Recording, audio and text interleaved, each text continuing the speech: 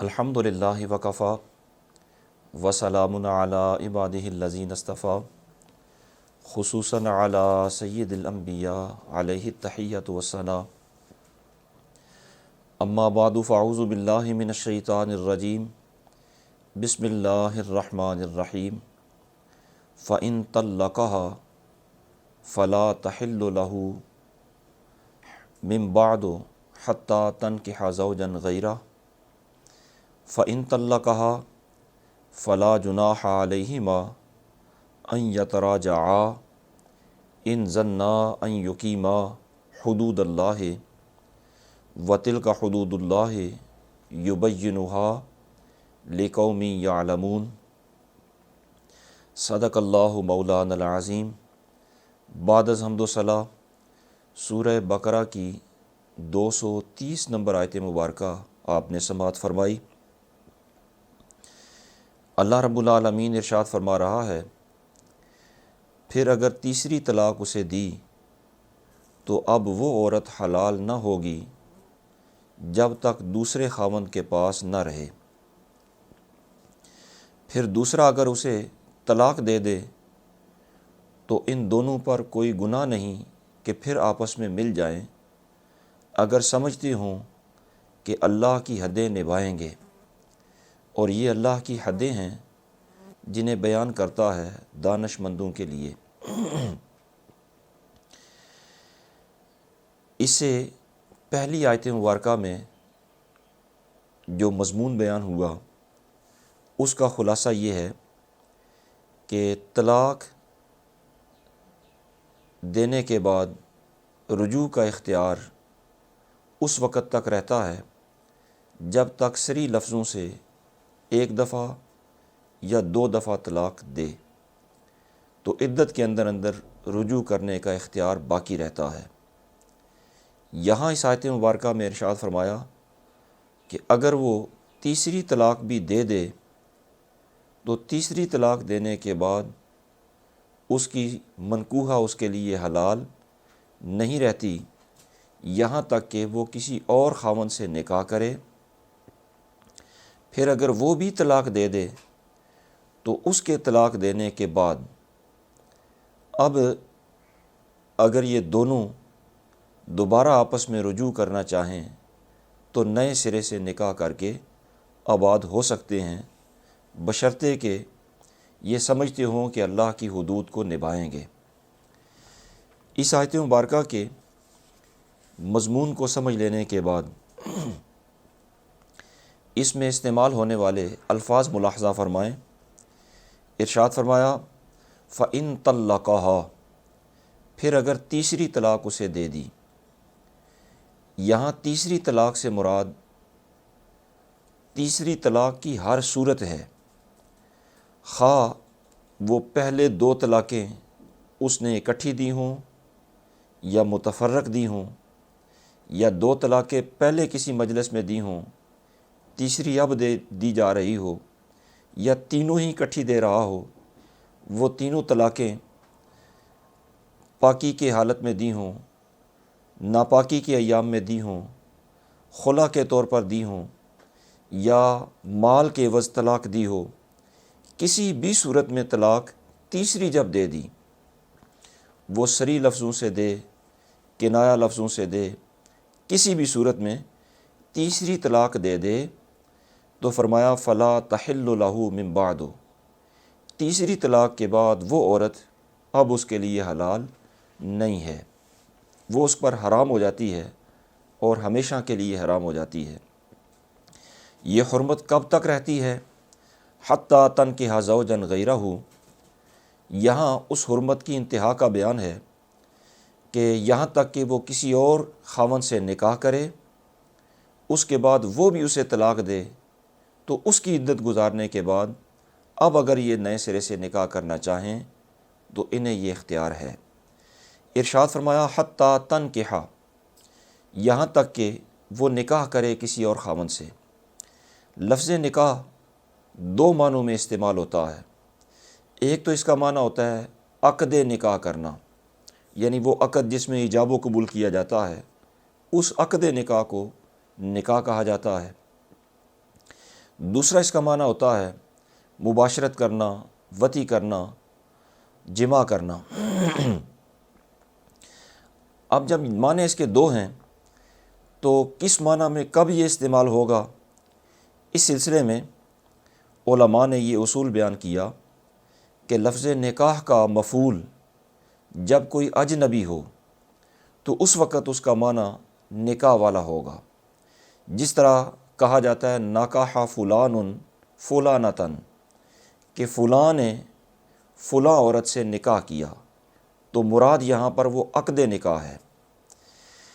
اور جب لفظ نکاح کا مفعول زوج یا زوجہ ہو تو اس وقت اس کا معنی وطی کرنا اور صحبت کرنا ہوتا ہے۔ جس طرح عرب میں یہ محاورہ ہے کہ نکاح امرأتہ یا نکاح زوجتہ، کہ اس نے اپنی زوجہ سے نکاح کیا، تو مراد یہاں پر صحبت کرنا ہے۔ یہاں چونکہ ارشاد فرمایا حتی تنکح زوجن غیرہ، لفظ نکاح کا مفعول زوج ذکر کیا گیا، تو یہاں صرف عقد نکاح مراد نہیں ہے، بلکہ دوسرے نکاح کے بعد صحبت کرنا یہاں پر مراد ہے۔ تو مفہوم آیت کریمہ کا یہ ہے کہ پہلے خاوند نے جب تیسری طلاق دے دی تو اب اس کے بعد وہ خاتون اس کے لیے حلال نہیں، یہاں تک کہ اس کی عدت گزارنے کے بعد کسی اور سے نکاح کرے، اور نکاح کے بعد وہاں صحبت بھی ہو، وہ آپس میں مل بھی لیں۔ اس کے بعد اگر وہ طلاق دے تو اس کی عدت گزارنے کے بعد پہلا خاوند اس سے دوبارہ رجوع کر سکتا ہے، نکاح کر سکتا ہے۔ اسی مضمون کو بیان کرنے کے لیے ارشاد فرمایا فلا جناح علیہما ان یتراجعا، کہ دوسرے کے طلاق دینے کے بعد، عدت گزارنے کے بعد ان پر کوئی حرج نہیں کہ یہ آپس میں رجوع کر لیں، بشرطے کہ انہیں یہ گمان ہو، یقین ہو کہ اب اللہ کی حدود کو نبھائیں گے۔ اس آیت مبارکہ کا شان نزول یہ ہے کہ حضرت عائشہ بنت عبد الرحمن رضی اللہ تعالی عنہا، یہ حضرت رفاع بن وہب کے نکاح میں تھیں۔ حضرت رفاع نے انہیں 3 طلاقیں دے دیں۔ عدت گزرنے کے بعد حضرت عائشہ نے عبد الرحمن بن زبیر قرطبی سے نکاح کر لیا۔ کچھ دنوں کے بعد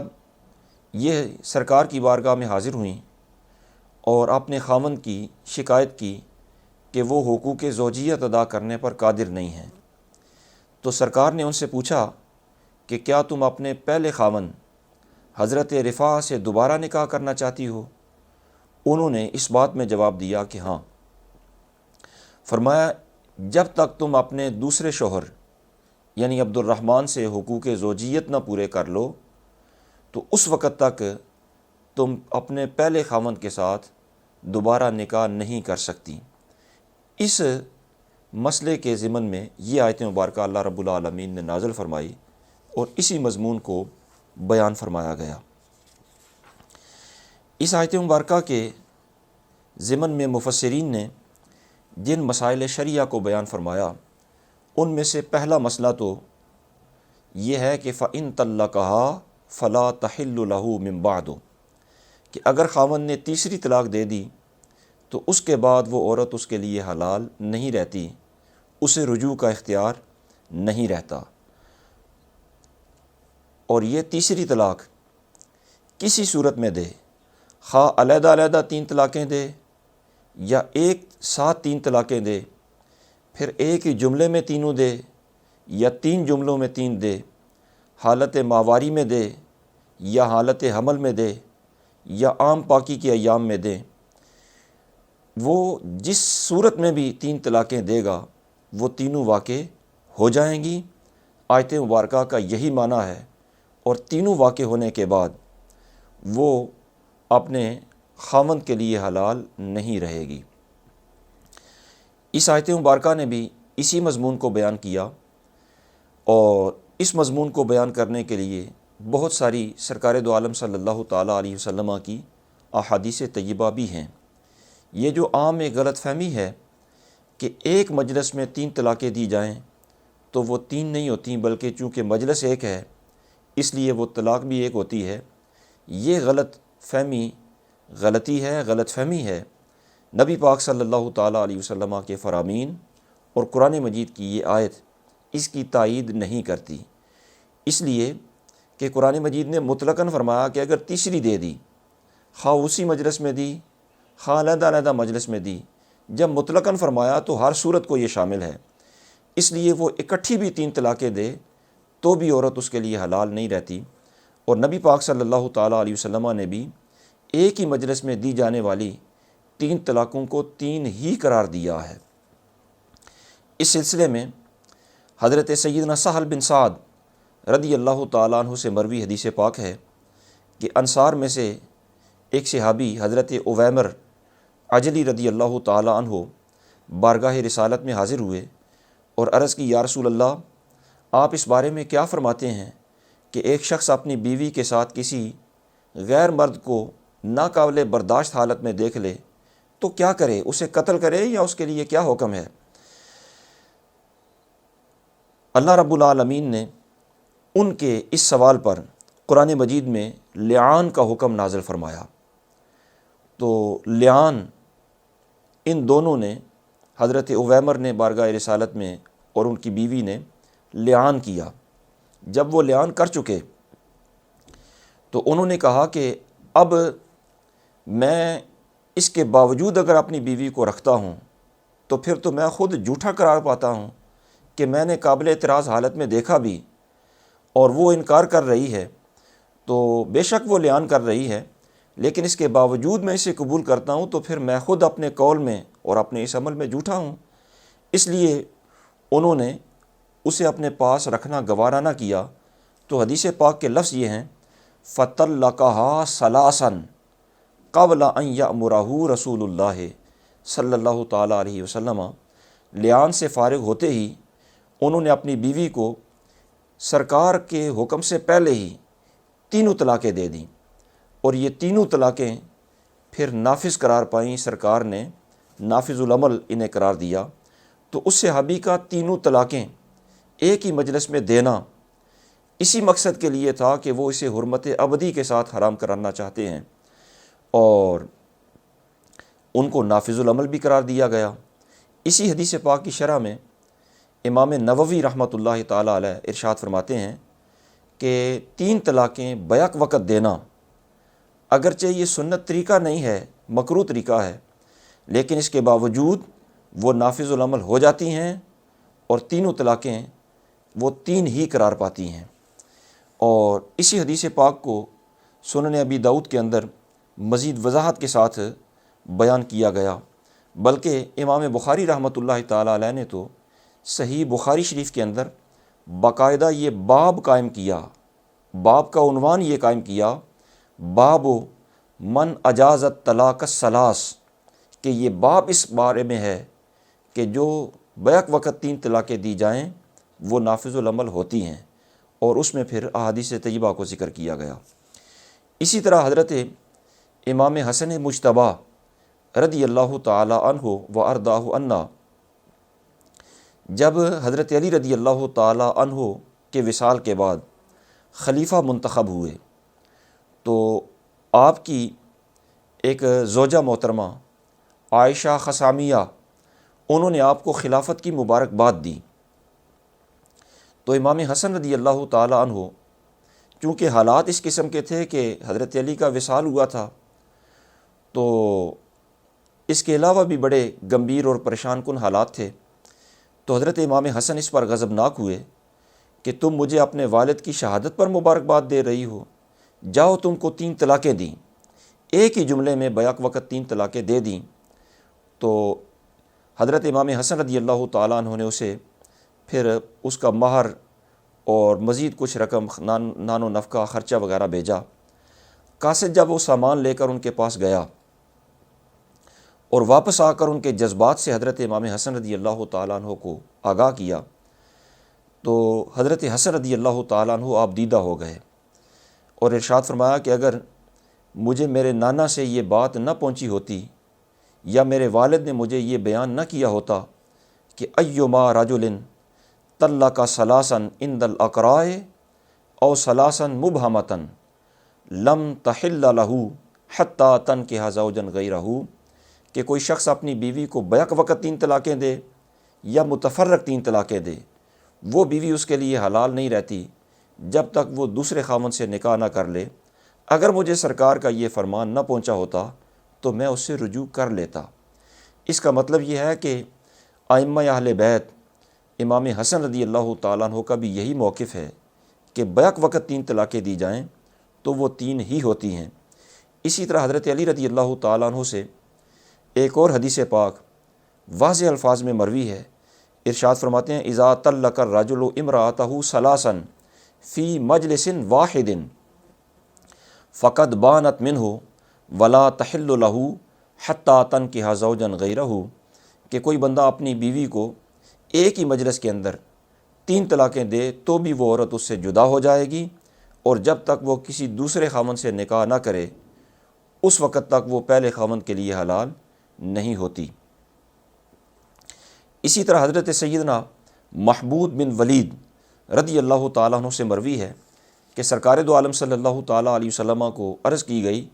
کہ کسی نے اپنی بیوی کو بیک وقت 3 طلاقیں دے دی ہیں، تو سرکار اس پر غضبناک ہوئے اور فرمایا میرے سامنے کتاب اللہ سے کھیلتے ہو۔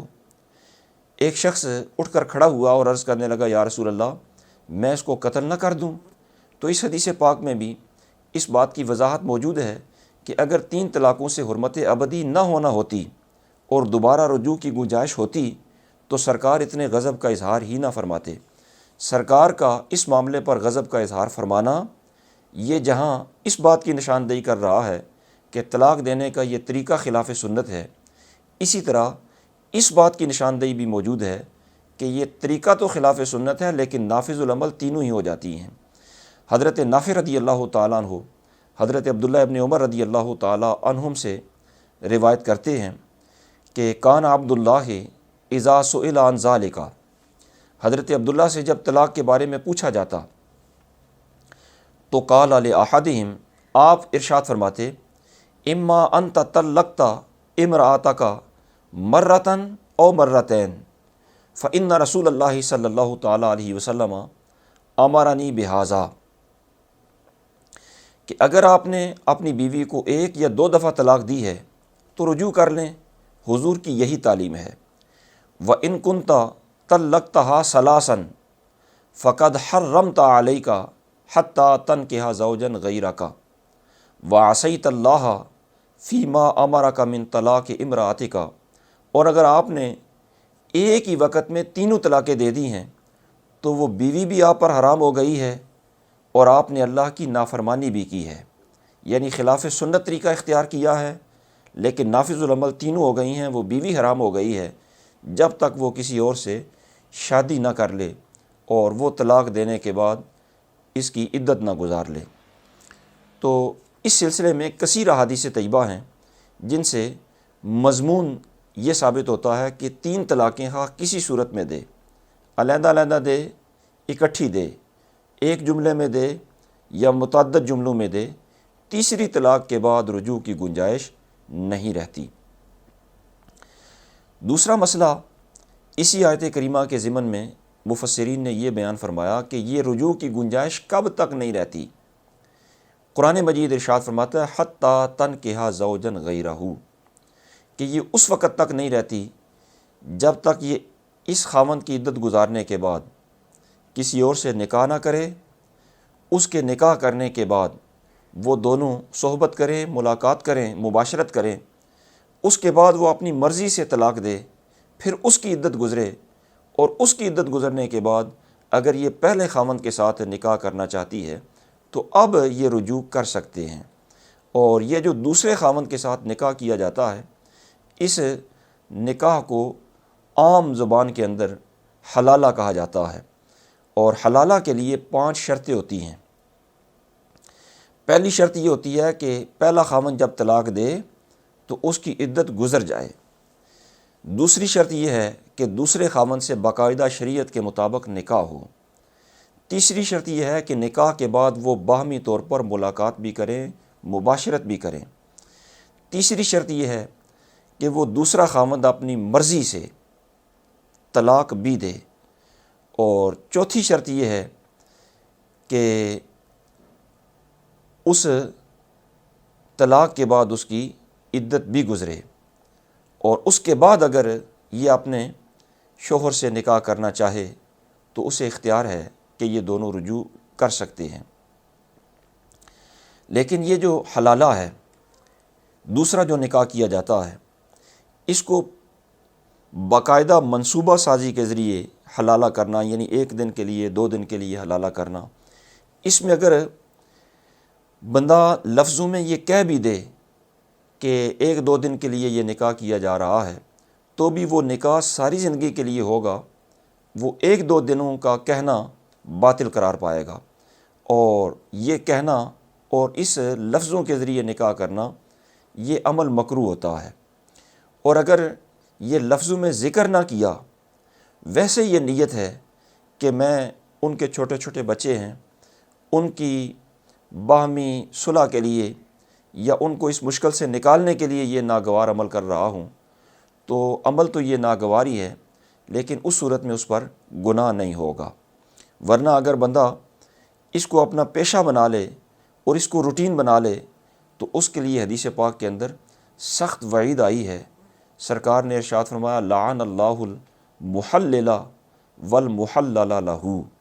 کہ جو حلالہ کرتا ہے اس پر بھی اللہ کی لعنت ہوتی ہے، اور جس کے لیے کیا جاتا ہے یعنی وہ پہلا خاوند،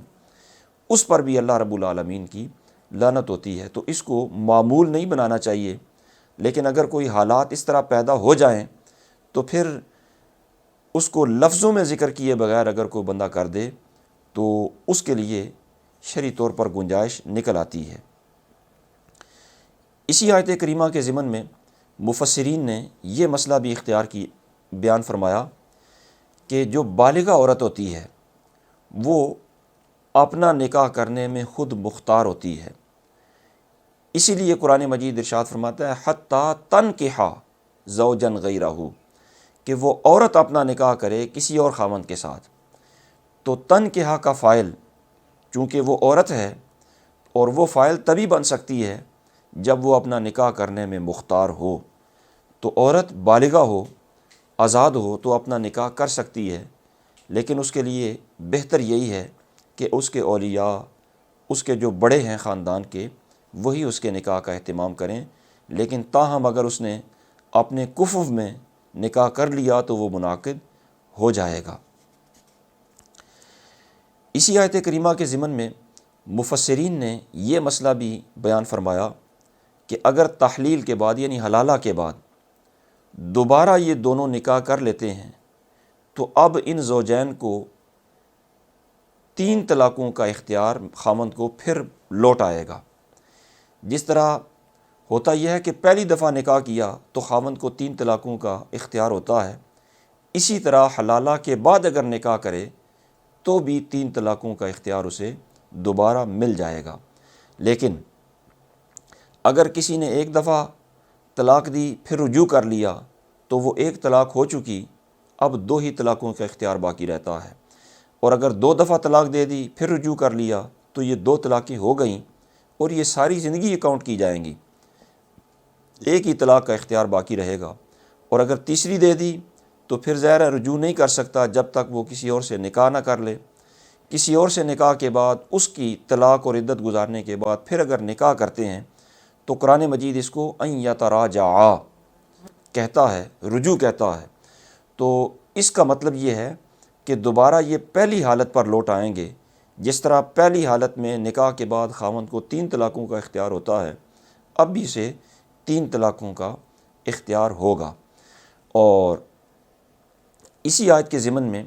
مفسرین نے یہ مسئلہ بھی بیان فرمایا کہ عورت اگر کہہ دے کہ میں نے حلالہ کر لیا ہے اور حلالہ کا پروسیس مکمل ہو چکا ہے، تو اس کے کہنے پر اعتبار کر لیا جائے گا، اس کا یہ قول معتبر ہوگا، بشرطے کہ اتنی مدت گزر چکی ہو کہ اس کے قول کے کذب میں کوئی اس کا کذب ظاہر نہ ہوتا ہو، اس کی بات سچی ظاہر ہو رہی ہو، اتنی مدت گزر چکی ہو، مثلا پہلے خاوند کی عدت بھی گزر چکی، پھر دوسرا نکاح ہونے کے بعد اس کی عدت بھی گزر چکی، عدت گزرنے کا اگر وہ وقفہ موجود ہو تو اس کا یہ کہنا کہ حلالے کا پروسیس مکمل ہو چکا ہے، اس کا یہ کہنا معتبر ہو جائے گا۔ دعا ہے اللہ رب العالمین انہی کلمات کو شرف قبولیت عطا فرمائے۔ وما توفیقی الا باللہ العلی العظیم۔